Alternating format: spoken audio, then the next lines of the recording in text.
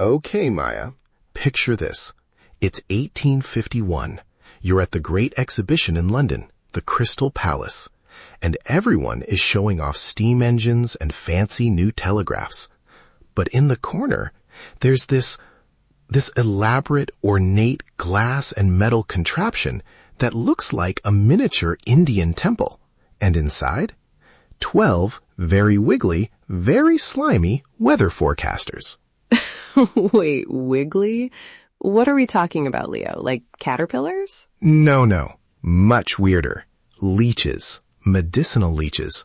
It's called the Tempest prognosticator, and it was literally a leech-powered barometer. A leech barometer?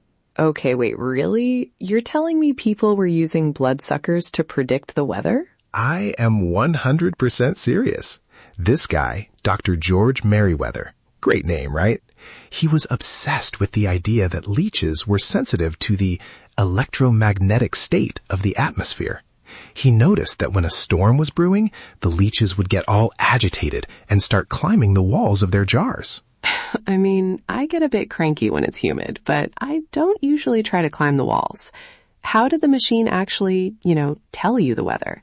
Did you just have to stare at them all day? That's the brilliant part. He didn't want to just sit there watching leeches. So he built this mousetrap contrivance, as he called it. He had 12 pint bottles arranged in a circle. Each bottle had an inch of rainwater and one leech.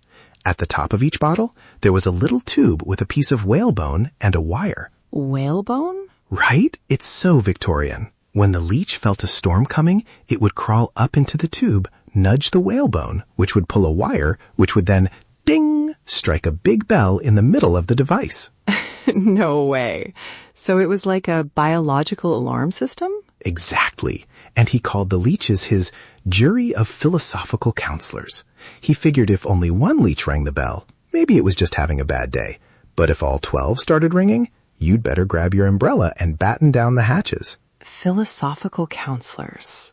That is surprisingly respectful for a bunch of worms. Honestly, it's kind of sweet.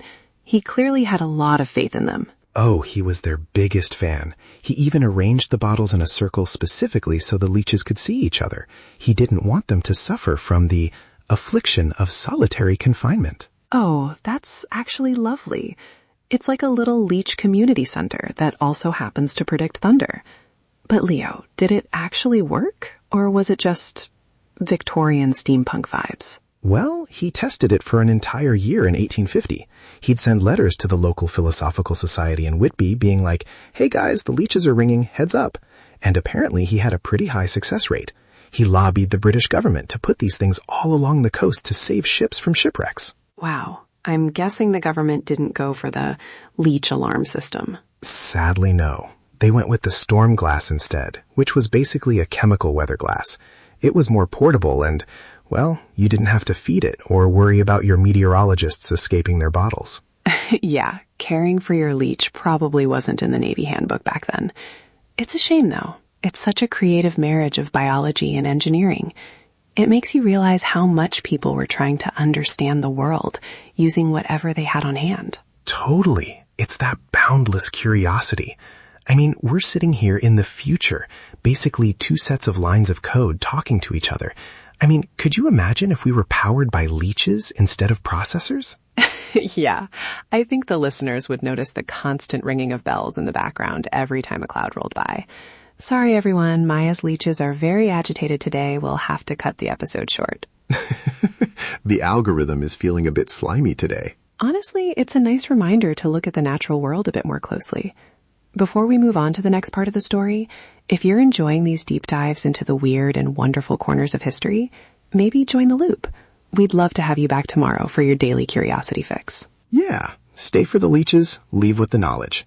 But anyway, what's really wild is that the original device is gone. It just vanished into history. Wait, really? The one from the Great Exhibition? Gone.